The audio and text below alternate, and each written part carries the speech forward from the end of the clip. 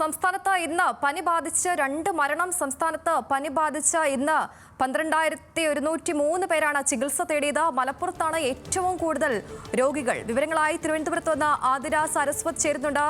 ആതിര, ഇരു പനിബാധയിൽ ഇന്ന് വീണ്ടും 2 മരണം ഉണ്ടായിരിക്കുന്നു. ആശങ്കയുയർത്തുന്ന കണക്കുകൾ തന്നെയാണല്ലോ പുറത്തുവരുന്നത്. നയന, പനിബാധിതരുടെ എണ്ണം 12,000-ന് മുകളിൽ കടന്നിരിക്കുകയാണ്. എന്തായാലും ഇന്ന് പനി ബാധിച്ചിരിക്കുന്നത് 12,103 പേരാണ് ചികിത്സ തേടിയിരിക്കുന്നത്.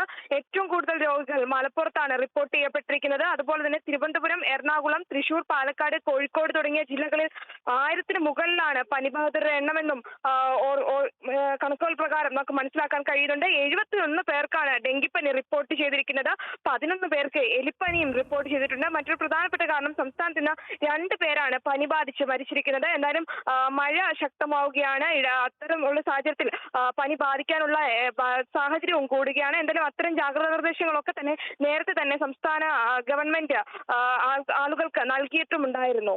നയന, ശരി, ആതിരയാണ് തിരുവനന്തപുരത്ത് നിന്ന് വിവരങ്ങൾ നൽകിയത്.